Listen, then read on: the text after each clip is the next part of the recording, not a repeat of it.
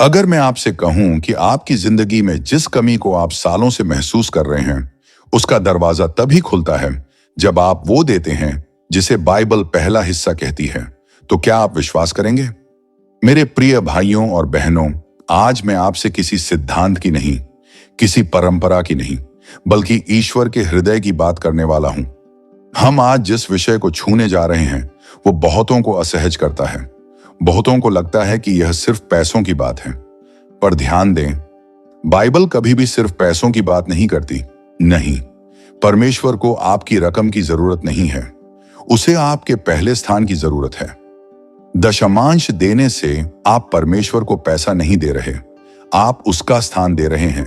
Bible कहती है, धरती की सारी चांदी और सोना मेरा है, सेनाओं के यहोवा का वचन। अगर सब कुछ उसी का है, तो फिर वह क्यों कहता है, पहला हिस्सा मुझे दो? क्योंकि वह आपका दिल देखना चाहता है। दशमांश पैसे की परीक्षा नहीं है, यह भरोसे की परीक्षा है। दूसरा गहरा बिंदु, जहां तुम्हारा खजाना है। यीशु ने कहा, जहां तुम्हारा खजाना है, वहां तुम्हारा मन भी लगा रहेगा। दशमांश हमें यह दिखाता है कि हमारा मन कहां लगा है। क्या हम परमेश्वर को पहले मानते हैं, या अपने डर, अपने खर्च, अपनी चिंताओं को? जब आप कमाई का पहला हिस्सा प्रभु को देते हैं, आप यह कह रहे होते हैं, प्रभु तू मेरी रोजी का स्रोत है, न कि मेरी जेब। और इसी स्वीकार से जीवन में एक नई व्यवस्था शुरू होती है। अव्यवस्था से व्यवस्था, कमी से सुरक्षा, डर से भरोसा।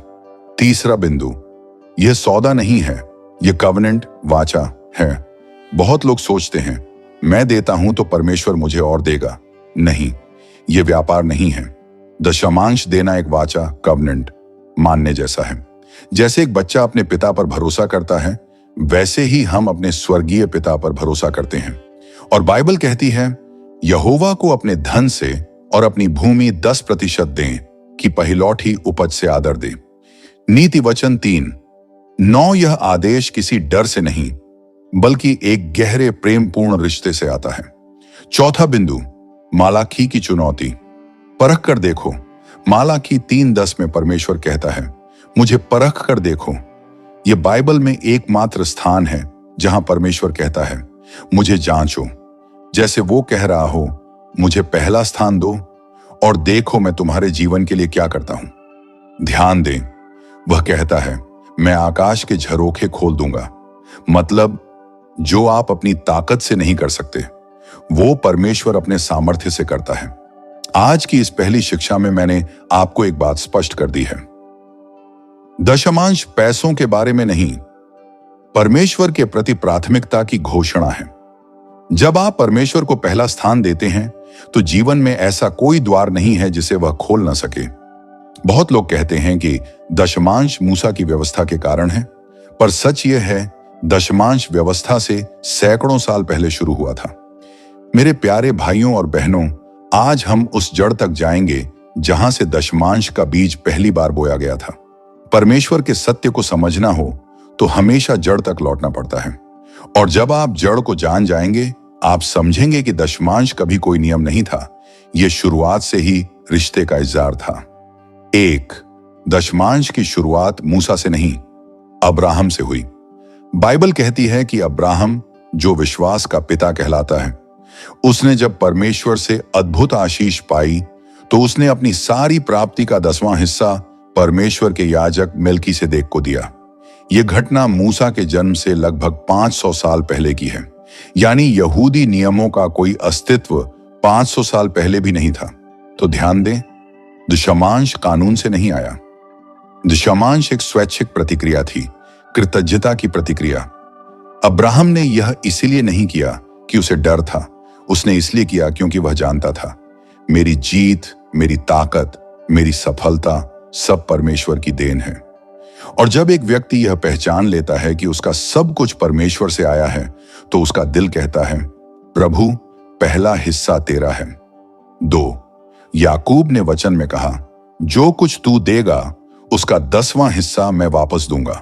उत्पत्ति 28 में याकूब कहता है, यदि तू मेरे साथ रहेगा और तू मुझे जो कुछ देगा, उसका 10वां भाग मैं तुझे अवश्य दूंगा। यह भी मूसा से बहुत पहले हुआ। इसका मतलब दशमांश डर का समझौता नहीं, वचन का संबंध है। याकूब कह रहा था, प्रभु मेरी जिंदगी का स्रोत तू है, इसलिए मेरा पहला हिस्सा भी तेरा है। ध्यान दीजिए, दशमांश तब भी था जब मंदिर नहीं थे, याजक नहीं थे, कोई धार्मिक व्यवस्था नहीं थी। तो फिर क्यों? क्योंकि दशमांश हमेशा से रिश्ते का उत्तर था, कृतज्ञता की भाषा थी, विश्वास की घोषणा थी। 3, लोगों ने दशमांश इसलिए दिया क्योंकि वे जानते थे कि स्रोत कौन है। अब्राहम, इसहाक, याकूब, इन तीनों ने दशमांश दिया। तीनों अलग परिस्थिति में थे, तीनों के अनुभव अलग थे, पर तीनों का निर्णय एक ही था, जो कुछ मेरे पास है वह परमेश्वर की देन है। मेरे भाइयों और बहनों, जब इंसान यह समझ लेता है कि उसका पैसा, उसकी बिजनेस, उसकी नौकरी, उसकी बुद्धि, उसकी स्वास्थ्य सब परमेश्वर की देन है, तो वह बिना मजबूरी, बिना डर, दिल से यह करता है, पहला हिस्सा प्रभु को। क्यों? क्योंकि वह जानता है जैसे स्रोत बदलता है वैसे जीवन भी बदलता है। 4, दशमांश हमेशा पहला हिस्सा रहा है, बचा खुचा नहीं। परमेश्वर ने कभी बचा खुचा नहीं मांगा, कभी भी नहीं। पहला हिस्सा इसलिए मांगा क्योंकि पहला हिस्सा वही देता है जिसे हम सबसे अधिक महत्व देते हैं। आप बचा खुचा देते हैं उन चीजों को जो कम महत्वपूर्ण हैं, पर पहला हिस्सा हमेशा उसी का होता है जो पहले स्थान पर बैठा है। दशमांश यह बताता है, प्रभु तू मेरी प्राथमिकता है, तेरा स्थान पहले है और बाकी सब उसके बाद। और याद रखें, बाइबल में कभी भी परमेश्वर को दूसरा स्थान नहीं दिया जा सकता। नारण 5, व्यवस्था से पहले भी दशमांश था और व्यवस्था के बाद भी है। यीशु ने सिखाया, तुम दशमांश देते हो, यह अच्छा है, पर अपने दिल को भी सही रास्ते पर रखो। ध्यान दें, यीशु ने दशमांश को रद्द नहीं किया, उसने इसे संतुलित किया। वह कह रहे थे, दशमांश दो, पर दया, न्याय और प्रेम को मत छोड़ो। मत्ती 23:23। इसका मतलब दशमांश व्यवस्था की चीज नहीं, दशमांश सिर्फ पुराने वाचा की बात नहीं, दशमांश दिल की बात है। हमेशा से, हमेशा के लिए आज आपने जाना, दशमांश की जड़ व्यवस्था में नहीं, अब्राहम में है। यह पहले ही दिन से दिल और रिश्ते की प्रतिक्रिया थी। यह कृतज्ञता की भाषा है, यह परमेश्वर को पहला स्थान देने की घोषणा है। यीशु ने भी इसे सही दिशा में पुष्टि की। दशमांश कभी पैसे के बारे में नहीं, यह प्राथमिकता और भरोसे का परमेश्वर को दिया गया उत्तर है। जब आप परमेश्वर को पहला देते हैं तो वह आपके जीवन में वह करता है जो आप अपनी शक्ति से कभी नहीं कर सकते। मेरे भाइयों और बहनों, दशमांश के विषय में सबसे बड़ा भ्रम यही है कि लोग सोचते हैं, मैं दूंगा तो मेरा कम हो जाएगा। पर बाइबल कहती है, जो देता है उसे दिया जाएगा, अच्छा नाप, दबा दबा कर, उफन उफन कर। लूका 6:38। आज मैं आपको बताने वाला हूं कि दशमांश देने से आत्मिक, नम्रणार्थिक, मानसिक, पारिवारिक और मनात्मिक सुरक्षा, इन 5 क्षेत्रों में क्या परिवर्तन आता है। 1, पहला परिवर्तन, जीवन में परमेश्वर की व्यवस्था आ जाती है। जब आप अपनी कमाई का पहला हिस्सा प्रभु को देते हैं, आप उसकी प्रभुता को स्वीकार करते हैं, और जहां उसकी प्रभुता आती है वहां व्यवस्था में शांति, अनुग्रह और दिशा आती है। बाइबल में लिखा है, पहले उसके राज्य और धर्म की खोज करो तो ये सब वस्तुएं तुम्हें मिल जाएंगी। मत्ती 6:33। दशमांश इस पद का व्यवहारिक रूप है, पहले परमेश्वर और फिर बाकी सब। जब परमेश्वर की व्यवस्था आपके जीवन में आती है तो अव्यवस्था हटती है और स्पष्टता आती है। 2, दूसरा परिवर्तन, डर की जगह विश्वास आ जाता है। जहां दशमांश नहीं है वहां मन में यह डर होता है, पैसा कम पड़ जाएगा, कर्ज कैसे चुकाऊंगा, भविष्य का क्या होगा। पर जब आप पहला हिस्सा प्रभु को देते हैं, आप इन सब भावनाओं पर यह घोषित करते हैं, मेरी रोजी रोटी का स्रोत परमेश्वर है, न कि बाजार, न नौकरी, न इंसान। और याद रखें, जो व्यक्ति अपने जीवन के स्रोत को पहचान लेता है, उसके जीवन में डर की जगह विश्वास आ जाता है। 3, तीसरा परिवर्तन, आकाश के झरोखे खुलते हैं। मालाकी 3:10। यह परमेश्वर का वचन है, मनुष्य का नहीं। तुम सारे दशमांश भंडार में ले आओ, मुझे परख कर देखो, मैं आकाश के झरोखे तुम्हारे लिए खोल दूंगा। ध्यान दें, यह आशीष सिर्फ दशमांश देने वालों के लिए है। आकाश के झरोखे खुलना का अर्थ है अप्रत्याशित अवसर। चार, चौथा परिवर्तन, नुकसान रोकने वाली सुरक्षा। मालाकी 3:11 में परमेश्वर कहता है, मैं तुम लोगों के लिए भक्षी को डांटूंगा। भक्षी यानी वह शक्ति जो आपका पैसा, आपका स्वास्थ्य, आपका समय, आपकी शांति, इन सब को चुपचाप खा जाती है। आज बहुत लोग कमाते हैं पर पैसा रुकता नहीं। कहीं अचानक खर्च, कहीं बीमारी, कहीं नुकसान, कहीं बाधाएं। दशमांश देने वाले के ऊपर एक दिव्य सुरक्षा होती है, जैसे परमेश्वर कह रहा हो, तू मुझे पहला देता है, मैं तेरा बाकी सब संभालूंगा। पांचवां परिवर्तन, दिल बदलता है और दिल बदलने से जीवन बदलता है। दशमांश सबसे पहले दिल को बदलता है। लालच हटता है, कृतज्ञता आती है, उदारता आती है, परमेश्वर पर निर्भरता आती है, स्वार्थ टूटता है, आत्मिक परिपक्वता बढ़ती है। यीशु ने कहा, जहां तुम्हारा खजाना है वहीं तुम्हारा मन रहेगा। जब आपका पहला हिस्सा प्रभु के पास जाता है तो आपका मन भी उसके पास चला जाता है, और यही वह जगह है जहां परिवर्तन जन्म लेता है। छठा परिवर्तन, परिवार में शांति और एकता आती है। दशमांश देना घर की आध्यात्मिक वायुमंडल को बदल देता है। क्यों?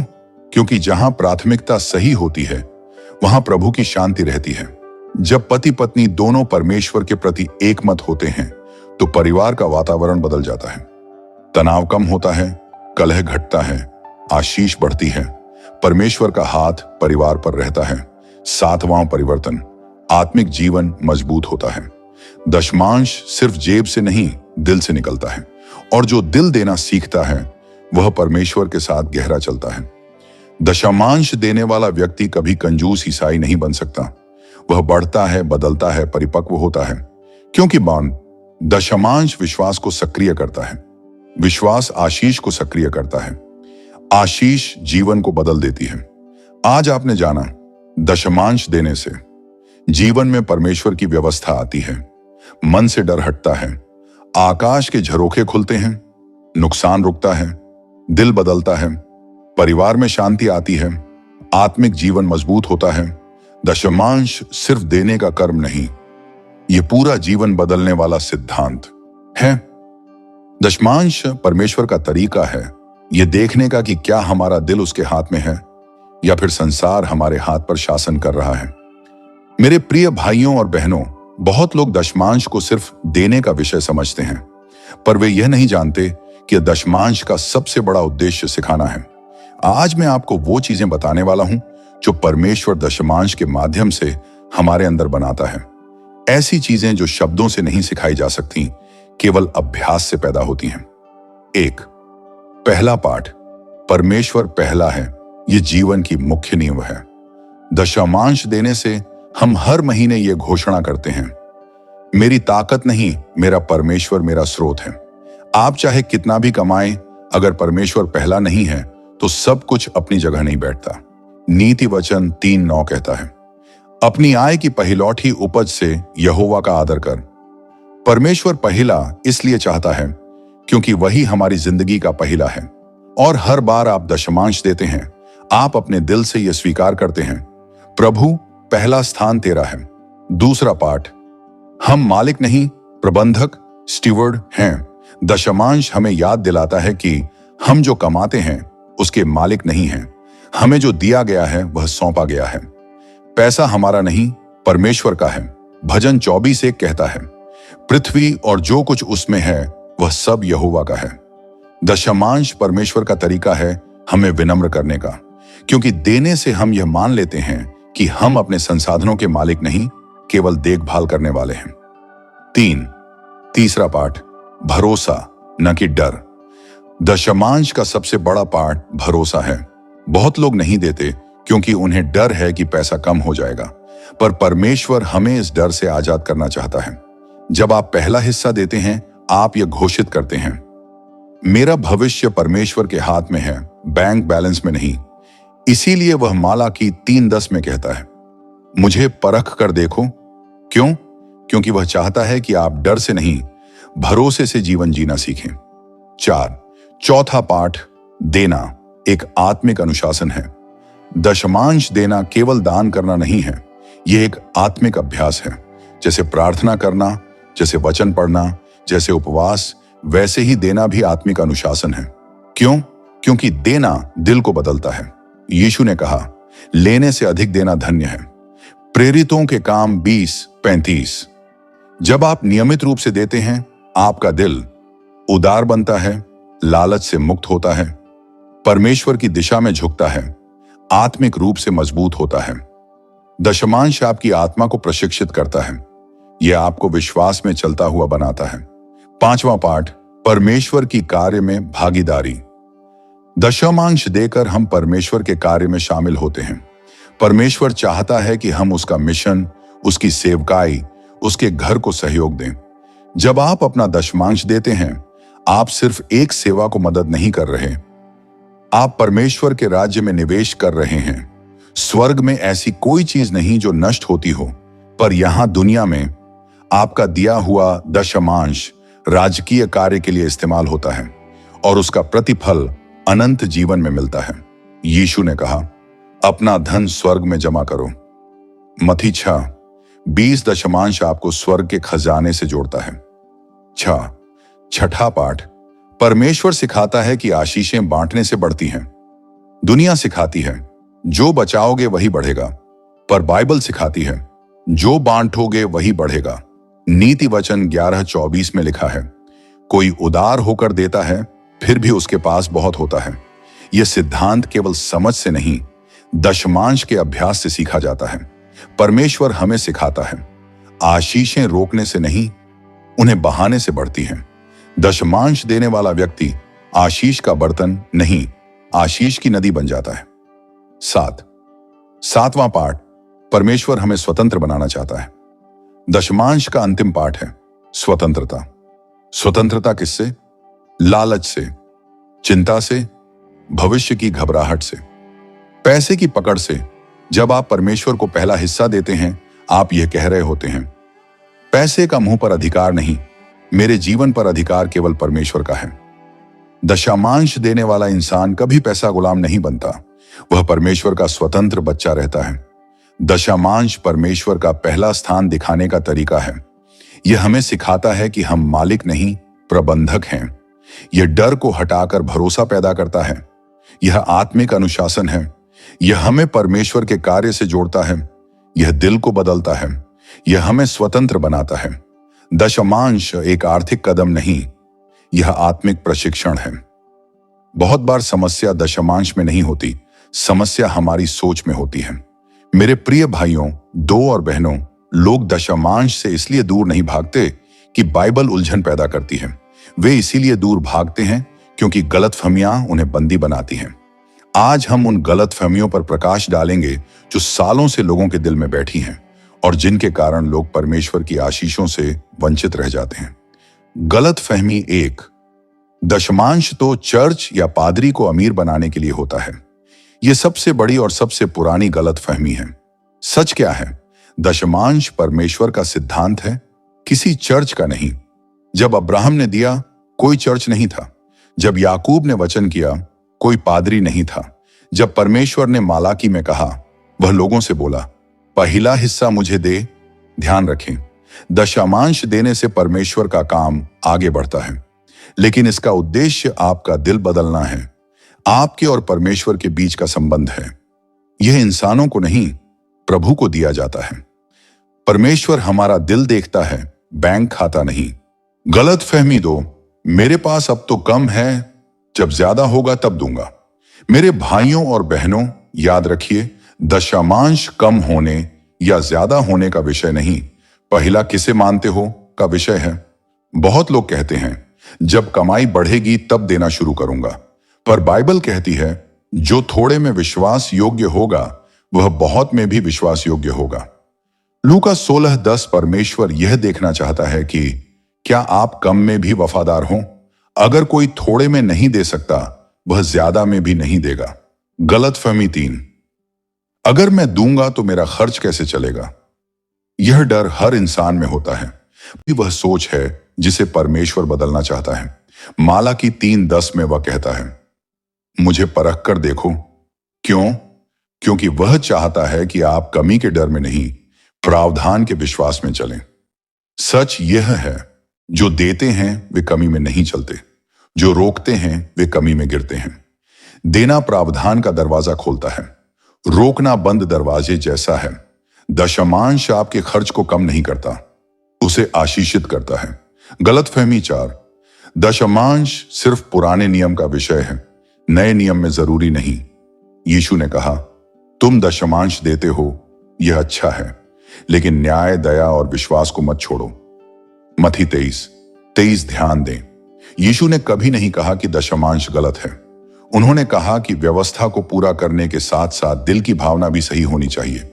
नया नियम उदारता को बढ़ाता है, देने के हृदय को मजबूत करता है, हमें परमेश्वर को प्राथमिकता में रखने की शिक्षा देता है। दशमांश धार्मिक बोझ नहीं, यह विश्वास का अभ्यास है। गलतफहमी 5, मैं तो समय देता हूं, सेवा करता हूं, वही काफी है। समय देना भी महत्वपूर्ण है, सेवा करना अद्भुत है, पर ध्यान दें, यीशु ने कभी नहीं कहा कि समय ही दो। परमेश्वर ने कभी नहीं कहा कि धन मत दो। क्यों? क्योंकि समय से परमेश्वर आपके दिल को देखता है, लेकिन दशमांश से वह आपके भरोसे को देखता है। दशमांश एक ऐसी परीक्षा है जिसे कोई और नहीं दे सकता, सिर्फ आप। गलतफहमी 6, मेरी दानशीलता ही दशमांश है। दान और दशमांश दोनों अलग हैं। दशमांश कृष्ण और पहला 10% जिसे हम देते नहीं, वापस लौटाते हैं। दान यह अतिरिक्त स्वैच्छिक उदारता से दिया गया। दशमांश परमेश्वर का है, दान हमारा है। दशमांश पहले आता है, दान बाद में। गलतफहमी 7, मैं दिल से देता हूं, यही काफी है। दिल से देना आवश्यक है, पर बाइबल दिल प्लस निष्ठा दोनों पर जोर देती है। नीति वचन 3:9 कहता है, पहिलौठी उपज से यहोवा का आदर कर। यह व्यवस्थित, नियमित और प्राथमिकता वाला देना है, भावना नहीं, आज्ञाकारिता का कार्य। आज आपने जाना, लोग दशमांश के बारे में सोचते क्या हैं, लेकिन बाइबल क्या कहती है? गलतफहमियां कहती हैं, यह पैसों का मुद्दा है, यह चर्च का नियम है, अभी कम है, मैं डरता हूं। पर बाइबल कहती है, यह विश्वास का मुद्दा है, परमेश्वर का सिद्धांत है। कम में भी विश्वास योग्यता चाहिए, भरोसा डर से बड़ा है। दशमांश बोझ नहीं, आशीष का दरवाजा है। दशमांश सिर्फ कितना देते हैं यह विषय नहीं है, दशमांश कैसे देते हैं